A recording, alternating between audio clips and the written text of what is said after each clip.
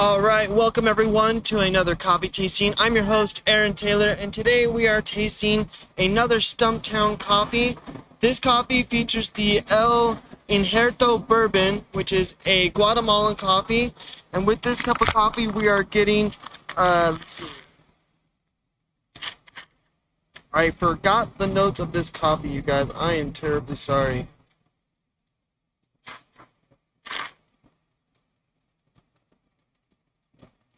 So with this one, we get flavor notes of orange sherbet and a buttery chocolate.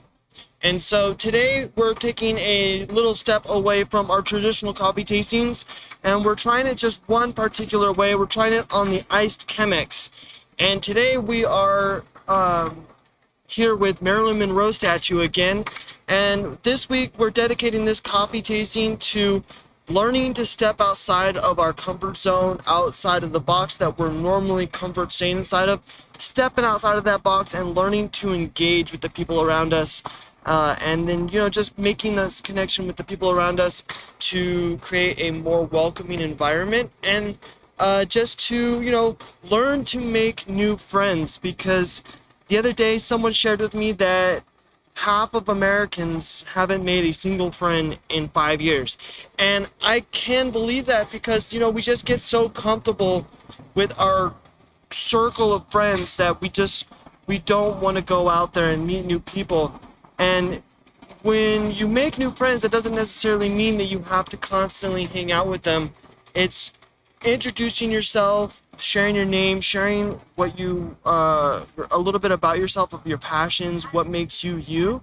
And just by doing that, you're making a friend. You don't necessarily have to uh, dedicate your time to these particular people. Like, just because if they're your friend doesn't mean you're obligated to hang out with them. You're allowed to have friends and keep in touch with them very little. A friendship doesn't mean that you're obligated to keep in touch every day or at least once a week. So what it really is about is just, getting out there, introducing yourself, and then just creating a more friendly environment for everyone else. Even if it just means just smiling and waving at people as you pass by them, because a smile is contagious, and if you can pass your smile on to someone else, then you're possibly brightening up someone's day. Someone might be having a horrible day, and just by smiling and waving, or even just doing a simple little head nod with a smile, can share that smile with someone else, making their day that much better. So that's what today's coffee tasting is all about. But first, let's get into the tasting. So today we have the Guatemala El Injerto Bourbon. And like I said, this one has notes of orange sherbet with a buttery milk chocolate flavor. And so the reason why I wanted to taste this coffee as an iced Chemex is because of the orange sherbet. So with that orange sherbet citrus flavor, that's a little hard to say, we're going to get a lot more of those citrus notes that are going to come forward in the iced Chemex. But then also with the iced Chemex, because we're getting that triple paper filter, we're going to get a little bit more of those chocolate notes. So we're primarily going to get those bright sherbet orange flavors from the iced quality of the Chemex. But then because the Chemex does have that triple filter, it's going to allow for some of those milk chocolate flavors to come forward. So we're going to end up with a very balanced iced coffee. Really excited for this one, just because that orange sherbet does have a really strong, bright citrus flavor to it. And then we have that buttery milk chocolate flavor, which is going to give it like that sweet flavor that we would get with a iced coffee that's going to be well balanced. Really, really good. So the reason why I like to set up in front of the Marilyn Monroe statue for these special coffee tastings is because of the symbol that Marilyn Monroe means to the people of Palm Springs, and how she went outside of the box to do what made herself feel comfortable, and even though society in that time thought that what she was doing was wrong. And so even though society tells us to do a certain thing, it's important to try and do things that make us feel comfortable and not let society tell us what is right and what is wrong in terms of what makes us comfortable as a human being. And so with that, I just encourage everyone to go about life with comfort, you know, whatever makes you comfortable, how you feel in your skin, the lifestyle that you portray. Continue doing that if that's what makes you comfortable and makes you happy, and don't let anyone stop you from doing that, because we want to encourage everyone that it is okay to be who they are. And the only way to do that is to accept everyone for who they are, no matter their lifestyle or practices in life. And so I think that's what the Marilyn Monroe statue is, and we could also use that as a symbol to step outside of our box, do things that we wouldn't normally do, to try and help us feel a little bit more comfortable in situations where, you know, maybe you want to be able to talk to people a little bit more, but you just don't feel comfortable making that approach. Um, Trying to take that step outside of your boundary, uh, to make that approach, and then if you continue to practice making those steps and those steps outside of your box, and we get used to those moments of anxiety, it becomes easier. And so that's what today's coffee tasting is all about, is learning to take a step outside of our box, try and connect with the community a little bit more, engage in those conversations, and if we're not good at engaging in those conversations, learning at what we can do to make it easier to engage in those conversations.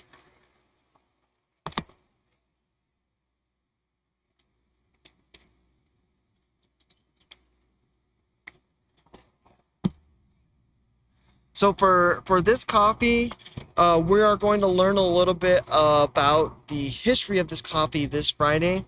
It's got a really rich story and forest preservation, and a father-son duo of running a farm and contributing their lives and dedication to creating a sustainable farm where people can create a carbon neutral community where uh, not only are they providing gourmet coffee, but they are giving back to the environment and creating a more sustainable environment.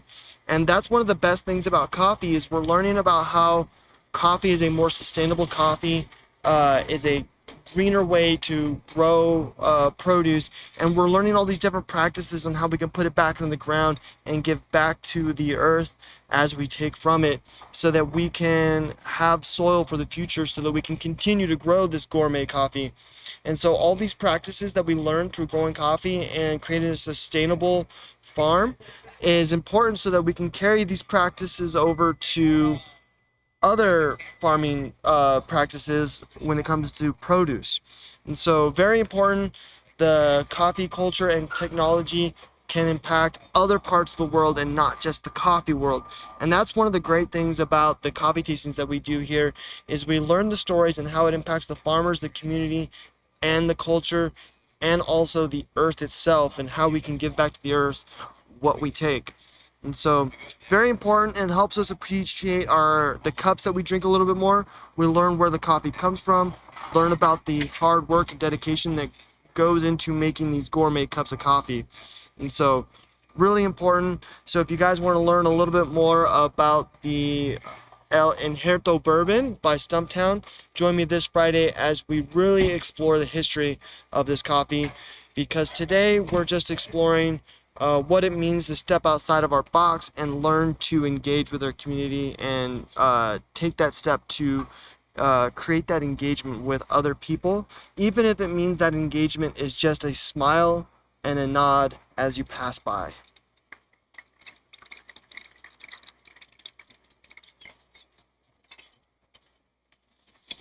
All right.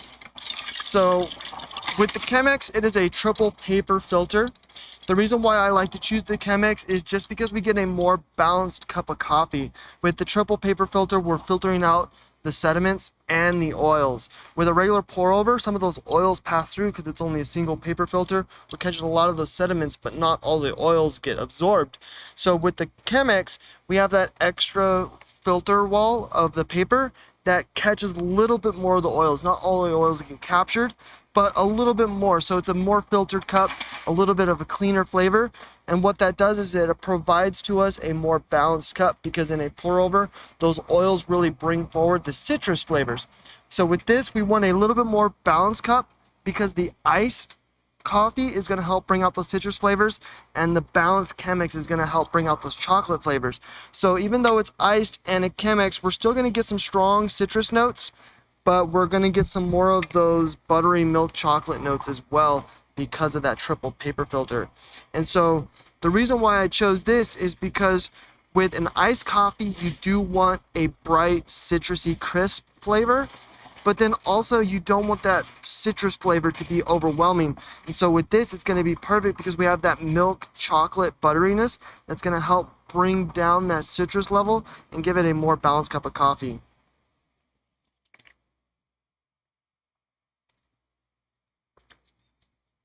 That is really good. So initially, right off the bat, we're getting a strong citrus flavor, but it's not too strong. What's nice is it's very smooth and mellow, but it's, you know, you're getting hit with that citrus sherbet flavor right from the very beginning. But then your the palate starts to clear really fast, and as your palate starts to clear, you get a nice, smooth, buttery milk chocolate flavor. That is really good. The butteriness of that coffee gives it like a very velvety mouth feel. Really smooth. The citrus flavors on there are really nice too. With this cup of coffee, you definitely don't need to add any sweetener or cream to it, just because the natural notes that this coffee has is very well balanced and it's very smooth. It's not intense, not overwhelming at all. It's a very clean cup of iced coffee. This is probably one of my favorite iced coffees. If you guys missed one of my previous coffee tastings that we did with Marilyn Monroe, we tried one of the other Stumptown coffees that had lemon and lime notes, and we added sparkling water to it, and it made it taste like a dark Sprite. Really delicious. Probably one of my other favorite iced coffees, especially since we were able to add sparkling water to it and really change the flavor of the coffee. But this one is really good just because we are getting those subtle citrus notes that really drive the beginning flavor, but then those buttery milk chocolate notes really take the cup away as those citrus flavors kind of dwindle away. Really good. I would love to just sip on a iced coffee of this blend. It's really good. Normally when I casually drink an iced coffee, I like to add a little bit of cream to it, but with this, because of the buttery milk chocolate flavor, it gives it a sweet quality. And so you don't necessarily need to add sweetener or cream. It is really good all by itself. So if you guys are looking to explore a new coffee that you have not tried before and you want to try a really delicious iced coffee, I would definitely recommend Stumptown's El Injerto Bourbon on the Chemex. And then so with this, I did 16 ounces of water and then a 16 ounce cup of ice. And then that's how I brewed this particular cup of coffee to get that smooth, rich flavor. Really good. I'm probably gonna end up finish drinking this Chemex throughout the coffee tasting just because of how good of the flavor that we're getting on this particular cup of coffee. So now that we're done tasting our coffee, we're going to talk a little bit about stepping outside of our box. So when stepping outside of our box, and we all have our own little box, with whether it be talking to people, going out, or just anything, whatever you, if there's a particular thing that you want to do but you just might not have the courage to do it. By doing it, you're stepping outside of your box. And so we're talking about what it means to step outside of your box. And so finding the courage to step outside of your box is one of the hardest things to do. And it has been really hard for me as well. But one of the important things to remember, and it is very important to remember this, is if you say no, or if you don't try, you've already failed at what you might have wanted to try. So it's important to remember that you can try and fail, or you cannot try and fail. But if you try and fail, at least you tried and you had the opportunity to succeed. But if you never try and you don't try, you've already failed without even trying. It's kind of like, taking that opportunity to ask a question you might be nervous to ask. You don't want to hesitate or not ask that question, because if you don't ask that question, it's already a no, right? And so when you ask someone a question or you ask a question you're scared to ask, you're either going to get one of two answers. You're going to get a yes or a no. If you don't ask the question, it's automatically a no. But if you ask that question, then you have a chance of getting a no, which you would have already gotten if you didn't ask the question, or you can get a yes, and you only get that yes by taking that chance. So one of the important things to remember is take that chance to ask that question or to step outside your box, because you're never going to get that secondary result without taking the chance. It's always going to be that secondary result if you don't take a chance. You're always going to get that no, or it didn't happen, if you never step outside your box. And that's one of the important things to remember, is the worst thing that can happen is a no. And you're already getting that no if you don't take that chance.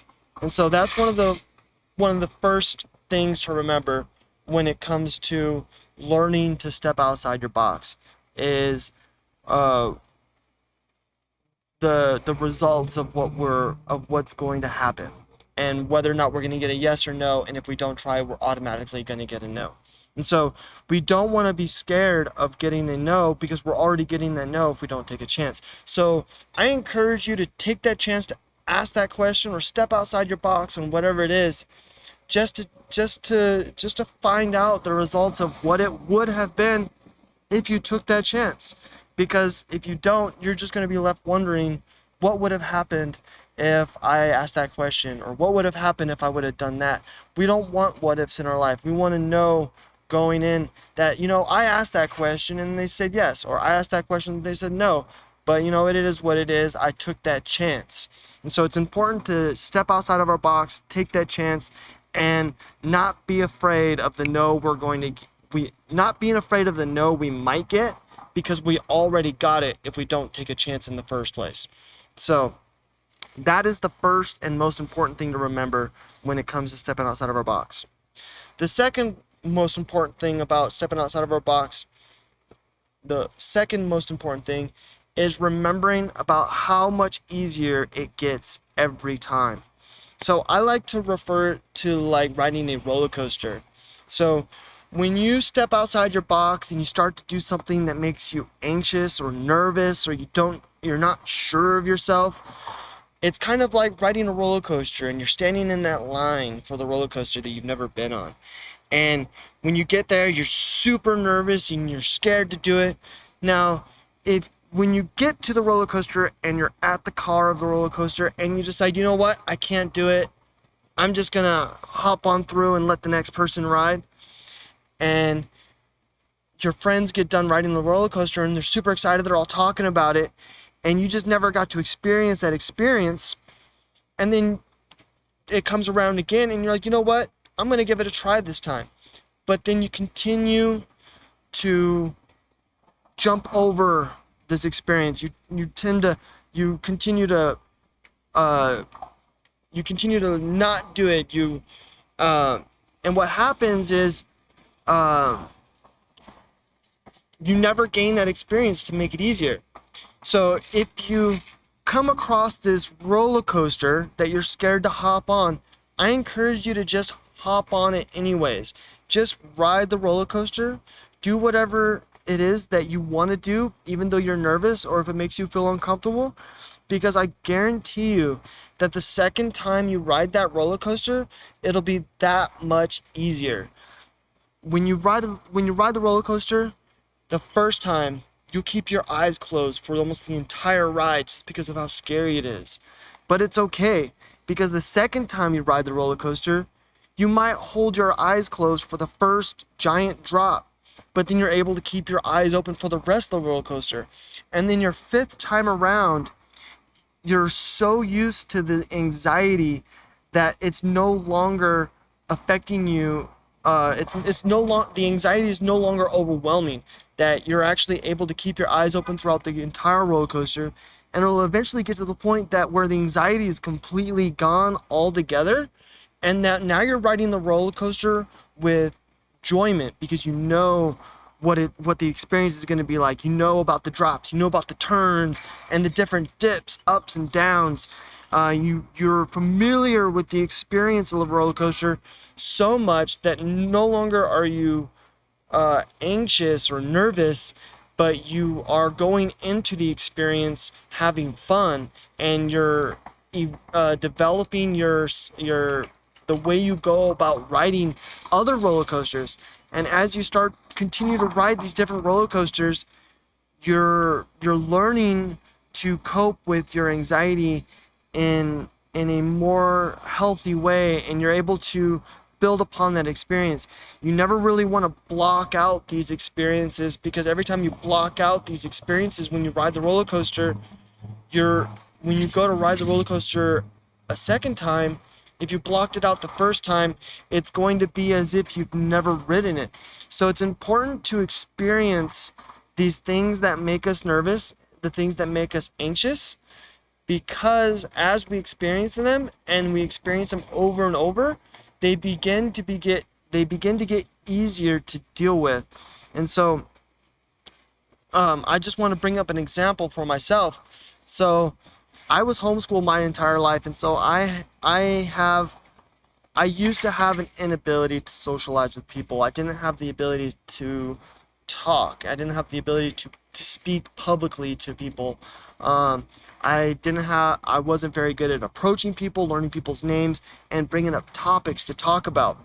And so for me, I've really stepped outside of my box the past couple of years. I'd say around the past 5 years, I've really learned to uh, step outside my box and create that engagement with people, and learn how to engage in conversations with people that I don't know. And the cool thing about it is that I've used coffee as a media, a way to help myself step outside that box and learn to communicate with other people.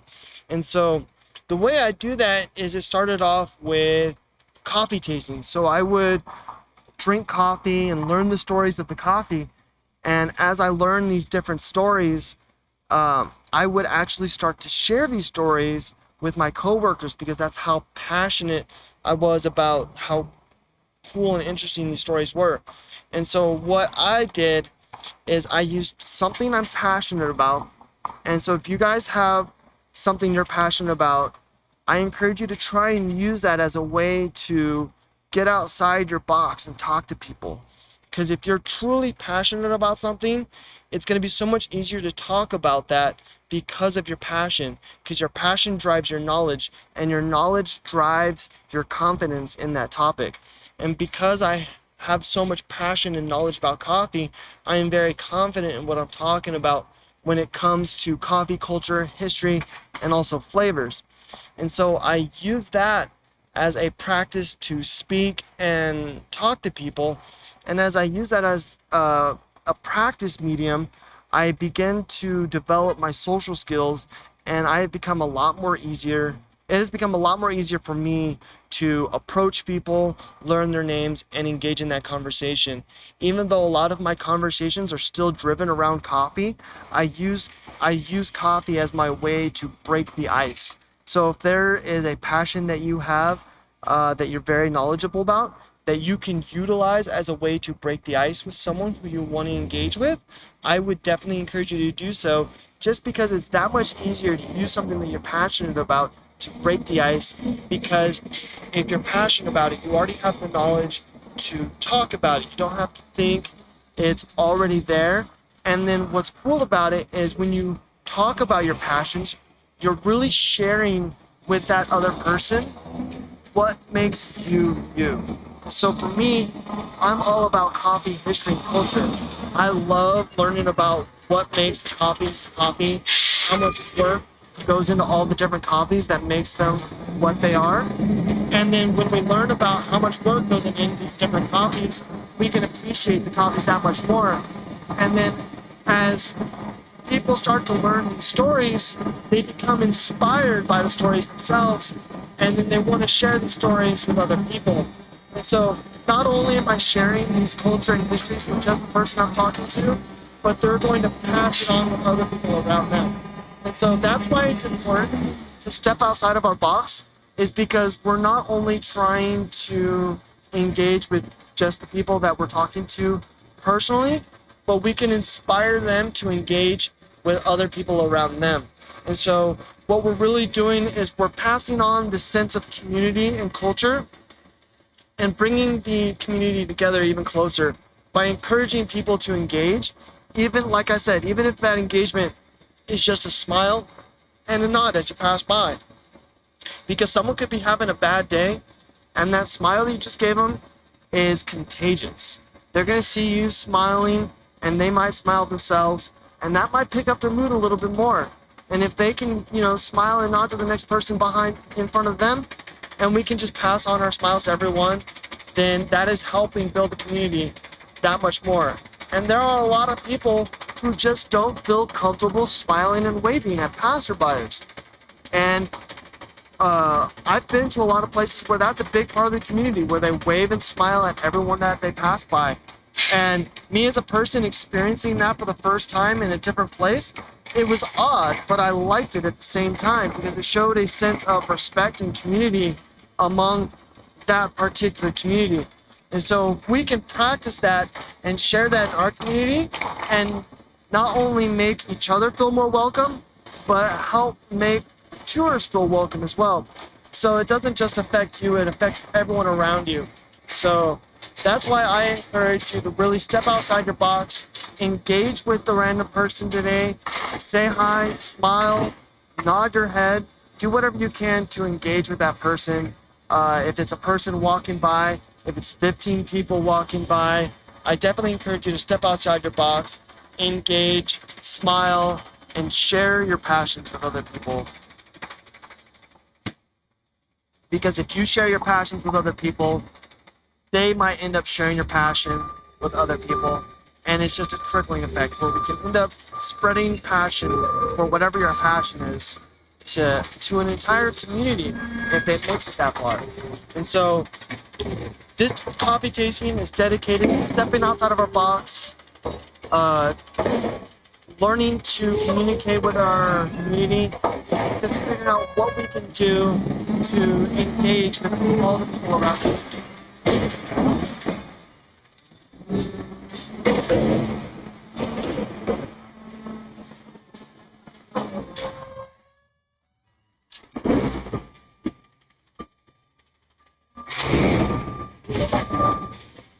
So I want to thank everyone for joining me in today's coffee tasting. Super awesome. Join me this Friday as we explore the history of Guatemala, El Injerto Bourbon, and we learn about the father-son duo that runs this farm. And then we're going to learn a little bit more about the flavor notes that we have to offer on the French press and pour over versus the Chemex all hot. Thanks again, everyone, for joining me in today's coffee tasting. I hope that I inspired you all to go out and engage with your community, engage with that passerby, smile, wave, and even head nod to pass on and share that smile with your neighbors, your community, so that the community can continue to pass on that smile and creating a more friendly and inviting environment for not just the community itself, but for people who are being introduced to the community. So thanks again, everyone, for joining me today's coffee tasting. I hope your coffee was just as delicious as mine, and I hope I inspired you like my coffee tastings inspire myself. Thanks again for joining me, and I will see you guys this Friday.